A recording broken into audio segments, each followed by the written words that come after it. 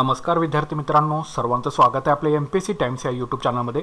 Mission combined पूर्व परीक्षा 2024 जानेवारी 2023चं चालू घडामोडीचे टार्गेट क्रमांक 18 आहे। ठीक आहे, तर वेळ जाण्याआधी याच्यात झालेले सगळे व्हिडिओज तुम्ही बघून घ्या। जर चालू घडामोडीमध्ये तुम्हाला कंबाईंडच्या पूर्व परीक्षा 2024 मध्ये चांगला स्कोर करायचा असेल तर ठीक आहे। आणि लेक्चर सुरू असताना शक्यतो नोटबुक आणि पेन सोबत घेऊन बसा। महत्त्वाचे क्वेश्चन आणि त्याचं एक्सप्लेनेशन असतं, तर शॉर्टमध्ये तुम्ही नक्कीच नोट डाऊन करत चला। तर पहिला प्रश्न बघूया। नासाच्या विश्लेषणानुसार 2022 मध्ये पृथ्वीच्या पृष्ठभागाचे सरासरी तापमान 2015च्या तुलनेत रेकॉर्डवरील कितवे सर्वात उष्ण तापमान आहे? बघा प्रश्न परत एकदा ऐका। नासाच्या विश्लेषणानुसार 2022 मध्ये पृथ्वीच्या पृष्ठभागाचे सरासरी तापमान 2015च्या तुलनेत रेकॉर्डवरील कितवे सर्वात उष्ण तापमान आहे? तर याचं उत्तर आहे 5वे। ठीक आहे, तर बघा नासाच्या विश्लेषणानुसार 2022 मध्ये पृथ्वीच्या पृष्ठभागाचे सरासरी तापमान 2015च्या तुलनेत रेकॉर्डवरील 5वे सर्वात उष्ण तापमान आहे। नासाच्या Goddard Institute for Space Studies म्हणजे GISS चे शास्त्रज्ञ म्हणतात की 2022 मध्ये जागतिक तापमान 1.6 अंश फॅरनहाइट किंवा 0.89 अंश सेल्सिअस होते, जे नासाच्या बेसलाईन कालावधीच्या 1981च्या सरासरीपेक्षा जास्त होते। 1.6 अंश फॅरनहाइट किंवा 0.89 अंश सेल्सिअस इतकं हे 2022 मध्ये जागतिक तापमान होतं, जे नासाच्या बेसलाईन कालावधीच्या 1981च्या सरासरीपेक्षा जास्त होते। तर निश्चितच लक्षात ठेवा, एन्व्हायरमेंट रिलेटेड करंट अफेअर्स हा प्रश्न आहे। पुढील प्रश्न बघा। कोणत्या देशाने 2030 पर्यंत निवृत्तीचे वय 62 वरून 64 पर्यंत वाढवण्याची घोषणा केली? आंतरराष्ट्रीय घडामोडीवरचा प्रश्न आहे। कोणत्या देशाने 2030 पर्यंत निवृत्तीचे वय 62 वरून 64 पर्यंत वाढवण्याची घोषणा केली? तर याचं उत्तर आहे फ्रान्स या देशाने 2030 पर्यंत निवृत्तीचे वय 62 वरून 64 पर्यंत वाढवण्याची घोषणा जी आहे ही केलेली आहे। तर फ्रान्सचे पंतप्रधान एलिझाबेथ बोर्न यांनी 2030 पर्यंत सेवानिवृत्तीचे वय 62 वरून 64 पर्यंत वाढवण्याची घोषणा केली आहे। देशाच्या पेन्शन प्रणालीमध्ये आर्थिक समतोल साधण्याचा मार्ग म्हणून सरकारने या सुधारणांचा बचाव केला। 2030 पासून पूर्ण फ्रेंच पेन्शन वय दरवर्षी 3 महिन्यांनी वाढवले जाईल। 2023 पासून पूर्ण फ्रेंच पेन्शन वय दरवर्षी 3 महिन्यांचे आहे ते वाढवलं जाणार आहे आणि ते 2030 पर्यंत येता हे 62 वरून 64 पर्यंत वाढवण्याची घोषणा देखील इथं करण्यात आलेली आहे। तर फ्रान्सचे पंतप्रधान कोण आहेत? एलिझाबेथ बोर्न यांनी सेवानिवृत्तीचं वय जे आहे हे 62 वरून 64 पर्यंत वाढवण्याची घोषणा केलेली आहे 2030 पर्यंत। आणि यासाठी त्यांनी पेन्शन प्रणालीमध्ये आर्थिक समतोल साधण्याचा मार्ग जो आहे हा सुधारणा करण्याचा बचाव जो आहे या सरकारनं केलेला आहे आणि दरवर्षी 3 महिन्यांनी पेन्शनसाठीचं वय जे आहे हे वाढवलं जाणार आहे 2023 पासून। ठीक आहे, तर निश्चितच तुम्ही हा प्रश्न लक्षात ठेवा। पुढील प्रश्न बघा। भारताच्या मानवयुक्त महासागर मोहिमेसाठी स्वदेशी बनावटीच्या जहाजाचं नाव काय आहे? तर याचं उत्तर आहे समुद्रयान। तर भारताच्या मानवयुक्त महासागर मोहिमेसाठी स्वदेशी बनावटीच्या जहाजाचं नाव आहे समुद्रयान। तर भारत यावर्षी समुद्रयान या स्वदेशी बनावटीच्या जहाजात 3 संशोधकांना समुद्राखाली 500 मीटर खोलीवरती पाठवणार आहे। चेन्नईतील नॅशनल इन्स्टिट्यूट ऑफ ओशन टेक्नॉलॉजीच्या अभियंत्यांनी स्टीलच्या गोलाची रचना केली आहे, ज्यामध्ये या मिशनमध्ये जे आहे ते या गोलाच्या रचनेमध्ये जे आहे ते राहता येऊ शकतं। ठीक आहे, तर हे लक्षात ठेवा तुम्ही फक्त की भारताच्या मानवयुक्त महासागर मोहिमेसाठी स्वदेशी बनावटीच्या जहाजाचं नाव काय? तर त्याचं नाव आहे समुद्रयान। तर या समुद्रयानाच्या माध्यमातून हे स्वदेशी बनावटीचं जहाज आहे जे की 3 संशोधकांना समुद्राखाली 500 मीटर खोलीवरती पाठवणार आहे। बरं, हे कुणी बनवलंय? चेन्नईतील नॅशनल इन्स्टिट्यूट ऑफ ओशन टेक्नॉलॉजीच्या अभियंत्यांनी याची रचना जी आहे ती केलेली आहे आणि याच्या रचनेमध्ये जे आहे ते या संशोधकांना जे होतं ते राहता येऊ शकतं। तर निश्चितच हा लक्षात ठेवा। पुढील प्रश्न बघा। प्रतिजैविकांच्या स्क्रीनिंगला गती देण्यासाठी मॉडेल विकसित करण्यासाठी कोणत्या संस्थेने IISc सोबत सहकार्य केलेलं आहे? तर याचं उत्तर आहे युनिलिव्हर। आता सायन्स रिलेटेड हा करंट अफेअरचा प्रश्न आहे। तर प्रतिजैविकांच्या स्क्रीनिंगला गती देण्यासाठी मॉडेल विकसित करण्यासाठी कोणत्या संस्थेने IISc सोबत सहकार्य केलेलं आहे? युनिलिव्हर। तर इंडियन इन्स्टिट्यूट ऑफ सायन्स म्हणजे काय? IISc याचं लॉंग फॉर्म काय? Indian institute of science. आणि युनिलिव्हरच्या संशोधकांनी प्रतिजैविकांच्या स्क्रीनिंगला गती देण्यासाठी संगणकीय मॉडेल विकसित करण्यासाठी सहकार्य जे आहे हे केलेलं आहे। तर बॅक्टेरियाच्या पेशींच्या भिंतीचे मॉडेल प्रतिजैविकांच्या तपासणीला गती देऊ शकतात। बॅक्टेरियांच्या पेशींच्या भिंतीचं मॉडेल जे आहे म्हणजे सेल वॉल जे असते, तर ते सेल वॉल मॉडेल जे आहे हे प्रतिजैविकांच्या तपासणीला गती जे आहे ते देऊ शकतात। आणि प्रतिजैविक हे रेणू आहेत जे रोग निर्माण करणारे जीवाणू जे असतात हे नष्ट करतात। प्रतिजैविक आहेत एक प्रकारचे रेणू आहेत जे रोग निर्माण करणारे जीवाणू काय करतात? नष्ट करू शकतात। आणि IISc नुसार म्हणजे इंडियन इन्स्टिट्यूट ऑफ सायन्स नुसार प्रत्येक जीवाणू पेशी सेल मेम्ब्रेनने व्यापलेली असते, जी सेल भिंतीने म्हणजे सेल वॉलने काय केलेली असते ती वेढलेली असते. ठीक आहे, तर IIScच्या म्हणण्यानुसार अशा प्रकारचं हे आहे. तर त्याच्यामुळे हा तुम्ही प्रश्न लक्षात ठेवा, सायन्ससाठीचा प्रश्न आहे. तर प्रतिजैविकांच्या स्क्रीनिंगला गती देण्यासाठी मॉडेल विकसित करण्यासाठी कोणत्या संस्थेने इंडियन इन्स्टिट्यूट ऑफ सायन्स सोबत सहकार्य केलेलं आहे? तर ते युनिलिव्हर कंपनीनं सहकार्य जे आहे ते केलेलं आहे. पुढील प्रश्न बघा, जपानशी परस्पर प्रवेश करार करणारा पहिला युरोपीय देश कोणता? जपानशी परस्पर प्रवेश करार करणारा पहिला युरोपीय देश कोणता? तर याचं उत्तर आहे UK. UK हा जपानशी परस्पर प्रवेश करणारा पहिला युरोपियन देश आहे. तर ब्रिटनच्या पंतप्रधानांनी लंडन येथे जपानच्या पंतप्रधानांसोबत ऐतिहासिक संरक्षण करारावरती स्वाक्षरी केली. एका शतकाहून अधिक काळ दोन्ही देशांमधील हा सर्वात महत्त्वाचा संरक्षण करार मानला जातो, ज्यामुळे UKचे सैन्य जे आहे हे जपानमध्ये तैनात केलं जाऊ शकतं. म्हणजे हा परस्पर प्रवेश सहकार्य करार आहे जो की UKनं जपानशी केलेला आहे. जपानसोबत परस्पर प्रवेश करार करणारा UK जो आहे हा पहिला युरोपियन देश आहे. तर हे सुद्धा तुम्ही लक्षात ठेवा, जपानसोबत परस्पर प्रवेश करार करणारा UK जो आहे हा पहिला युरोपीय देश आहे. ठीक आहे, तर आंतरराष्ट्रीय घडामोडीवरचा प्रश्न आहे, निश्चितच लक्षात ठेवा. पुढील प्रश्न बघा, कोणत्या संस्थेने ग्लोबल रिस्क रिपोर्ट 2023 जारी केला? तर याचं उत्तर आहे वर्ल्ड इकॉनॉमिक फोरमने ग्लोबल रिस्क रिपोर्ट 2023 जारी केला. तर जागतिक जोखीम अहवाल 2023 किंवा ग्लोबल रिस्क रिपोर्ट 2023 नुकताच वर्ल्ड इकॉनॉमिक फोरम द्वारे प्रसिद्ध करण्यात आला.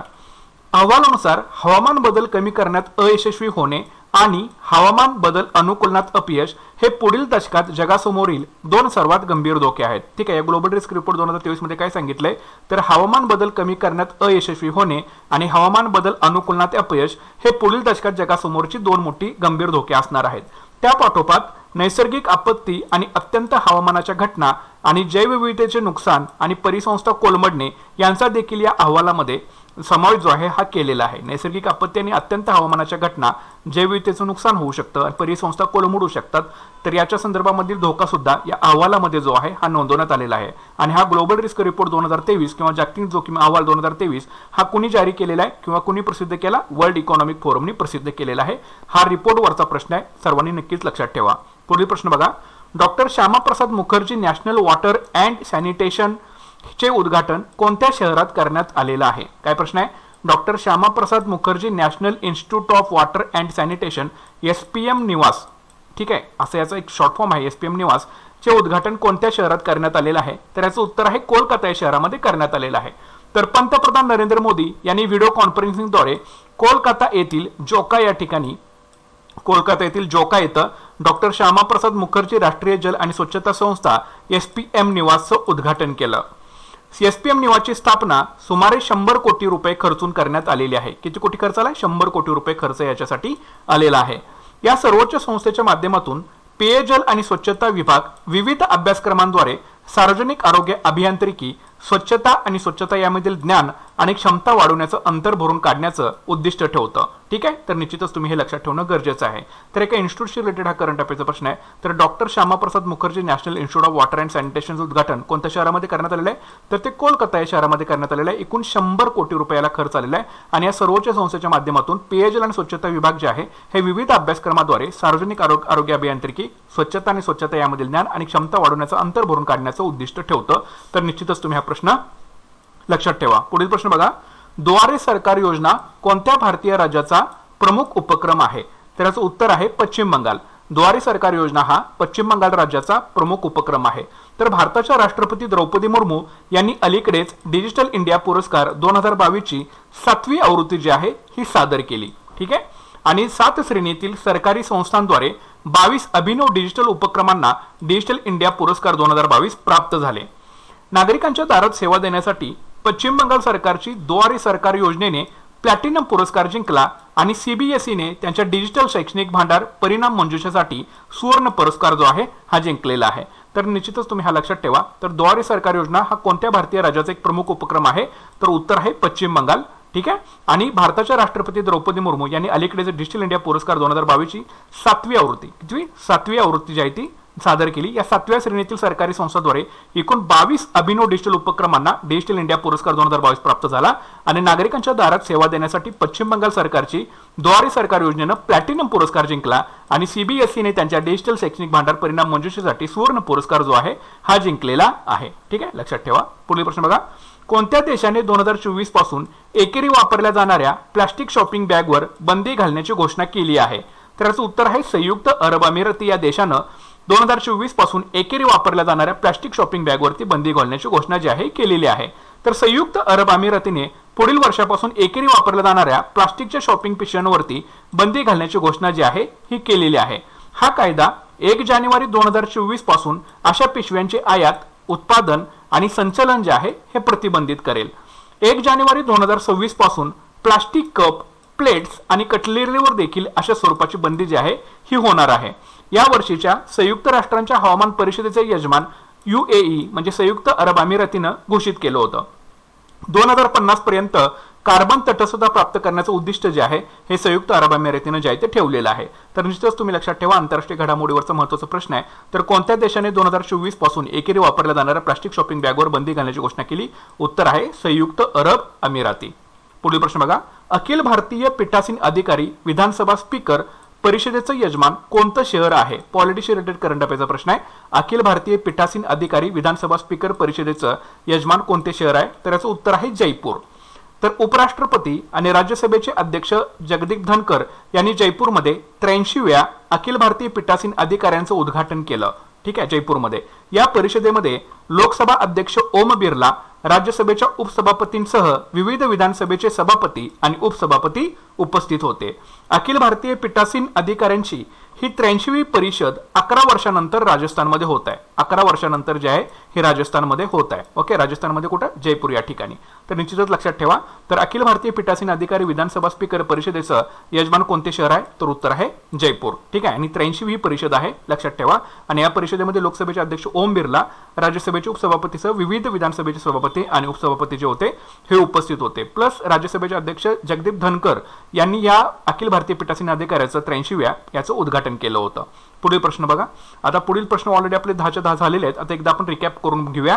तर बघा, नासाच्या विश्लेषणानुसार 2022 मध्ये पृथ्वीच्या पृष्ठभागाचे सरासरी तापमान 2015च्या तुलनेत रेकॉर्डवरील कितवे सर्वात उष्ण तापमान आहे? 5वे.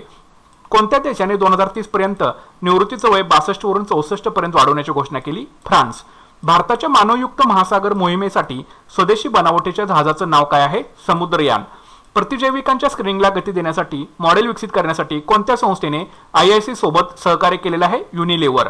जपानशी परस्पर प्रवेश करार करणारा पहिला युरोपीय देश कोणता? UK. कोणत्या संस्थेने ग्लोबल रिस्क रिपोर्ट 2023 जारी केला? वर्ल्ड इकॉनॉमिक फोरमने. Doctor Shyamaprasad Mukherjee National Institute of Water and Sanitation SPM निवासचे उद्घाटन कोणत्या शहरात करण्यात आलेले आहे? कोलकाता.